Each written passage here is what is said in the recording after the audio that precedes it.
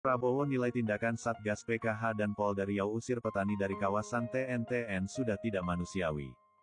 Pekanbaru, tanggal 8 Juli tahun 2025. Menteri Pertahanan sekaligus Presiden terpilih, Prabowo Subianto, angkat suara terkait insiden pengusiran paksa petani dari kawasan Taman Nasional Tesonilo, TNTN Riau, oleh Satuan Tugas Penanganan Kebakaran Hutan Satgas PKH, dan aparat Polda Riau.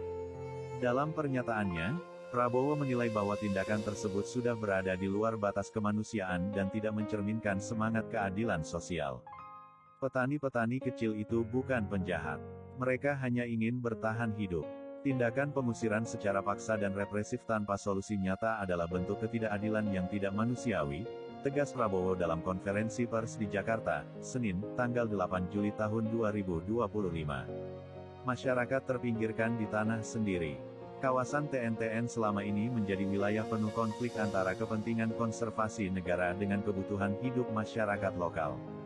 Banyak petani yang telah bermukim dan membuka lahan jauh sebelum kawasan itu ditetapkan sebagai taman nasional. Namun, sejak intensifnya penertiban kawasan hutan, ribuan petani kehilangan akses lahan yang selama ini menjadi sumber penghidupan mereka. Dalam beberapa bulan terakhir, puluhan rumah dibongkar, lahan digusur, dan warga diintimidasi.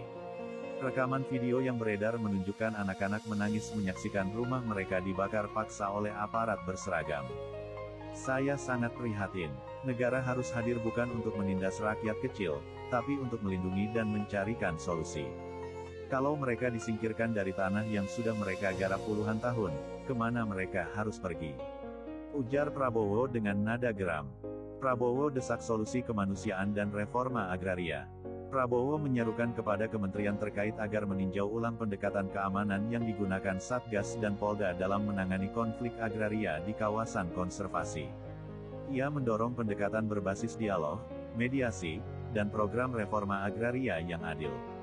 Saya tidak akan biarkan rakyat kecil dihancurkan atas nama perlindungan lingkungan, sementara pelanggaran besar oleh korporasi justru dibiarkan. Negara harus tegas pada yang kuat dan melindungi yang lemah, katanya. Ia juga meminta kepada Kementerian ATR BPN dan KLHK untuk segera mendata masyarakat yang terdampak, serta membuka ruang dialog antara petani dan pemerintah pusat.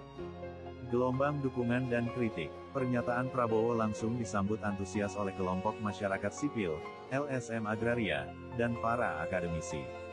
Mereka menilai, suara dari tokoh sekelas Prabowo bisa membuka jalan baru bagi penyelesaian konflik struktural yang selama ini tidak terselesaikan. Namun, sebagian pihak di internal pemerintah daerah dan aparat menyayangkan